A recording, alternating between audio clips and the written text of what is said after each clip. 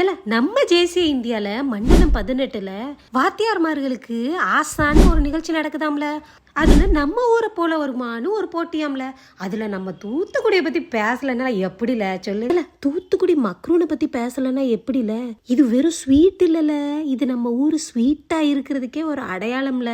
முட்டை, சீனி, முந்திரி பருப்பெல்லாம் போட்டு நல்லா பக்குவமா கோபுரம் மாதிரி குமிச்சு செஞ்சு வச்சிருப்பாவுல. வாயில போட்ட உடனே கரைஞ்சிரும்ல. தூத்துக்குடி பொரட்டா திங்கலன்னா வாழ்ந்த வாழ்க்கையே வேஸ்ட்ல. தூத்துக்குடி மக்கள் எண்ணெயை மட்டும் மனசா ஊத்த மாட்டாங்கல்ல, பாசத்தையும் சேர்த்து அப்படியே ஊத்தி கொடுப்பாங்க பாரு. அப்படியே பிச்சு நொறுக்கி போட்டு நமக்கு வேற லெவல் நல்லா உடச்சி போட்டு பொறுன்னு இருக்கிறத பிச்சு போட்டு ஒரு சால்னாவை ஊற்றி, ஒரு கார சால்னாவை ஊற்றி, அப்படியே சிக்கன் தூக்கை ஊற்றி தருவாங்களே. அப்படியே சாப்பிடும்போது ருசி வேற லெவலு. புரட்டை பார்க்க சின்னதாக தானே இருக்கும், ஆனால் நல்லா நொறுக்கி போட்டு சால்னாவெல்லாம் ஊற்றி மிக்ஸ் பண்ணி கார சாரமாக கொடுப்பானுங்களே, வேற லெவலில் இருக்கும்ல. அதை மட்டும் மிஸ் பண்ணிடாதல. தூத்துக்குடி வெயிலுக்கு நம்ம சேர்ப விலாஸ் பழக்கடையில் போய் நிறைய ஐஸ் கட்டியை போட்டு ஒரு பலரசத்தை அடித்தோம்னா எப்படி இருக்கும் தெரியுமா?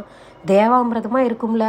அதை மட்டும் மிஸ் பண்ணி அப்புறம் பின்னாடி வருத்தப்படுவல. நான் எல்லாம் தூத்துக்குடி மீன் மார்க்கெட்டுக்கு போனா மீனை குமிச்சு வச்சிருப்பாவுல. நண்டு, எறா, சொரான்னு என்ன வேணுமோ வாங்கிக்கலாம்ல.